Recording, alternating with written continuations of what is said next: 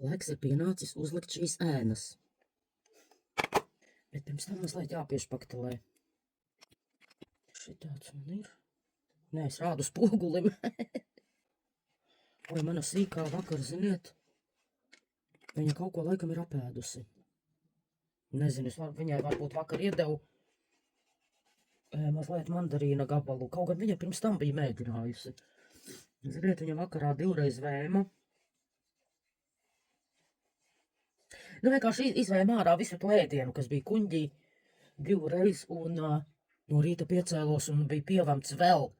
Nē, pastieties, viņa mani pievēmusi, viņa vakar vēma. Ej, tu dirst, izstās pēc sūdiem. Kāši pati baigi slikti gulējusi, kaut kā naktī neizdzirdēju. Un šorīt arī skatos, tas vēders tāds šķidrāks, un nē, tā viņa ir aktīva. Viss normāli, bet mums turpinās augstums, augsti laiki. Kā augsti? Un esmu saslimusi atkal, es taču biju uzreiz saslimu, uzreiz pēc Ziemassvētkiem. Liekas, ka man tā slimība, un tur kaut kur vēl iekšā stāvēja, tā kā aizdegune, un laikam tanī reizē, tad, kad man bija stress darbā, nu, domājot, kā gribat, tagad es te pieliku vēl video, kad kā tie tīm līderi atļaujās izturēties pret mums.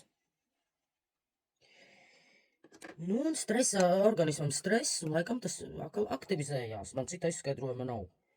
Man parasti tā nekad nav bijis, ka, nu, saslimsti. Tieši pastīties, ko viņa tur dara klusums. Nē, viņa neko tur tādu nedarīja.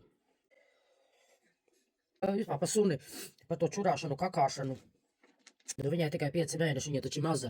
Jau tā ir arī pāris reizes bijis, ka mēs ejam ārā, viņa labi vēl pačurā, un pēc tam ienāk iekšā un pakakā.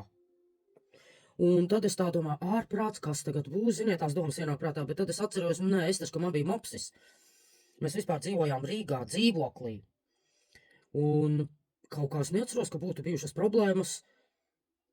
Nē, vienā brīdī vienkārši tas suņi jau ir gudri, viņam laikam instinkts. Viņš vienkārši vienā brīdī ciešās līdz tam, ka tu ej ārā ar iečurāšanu. Tas kaut kā tā bija tā. Nē, man nebija tādu problēmu. Tā kā es domāju, tā dara nebūs vienkārši vēl maza viņa. Un vienkārši, kā man ir tādi jākrāsojās. Tikai dēļ jums.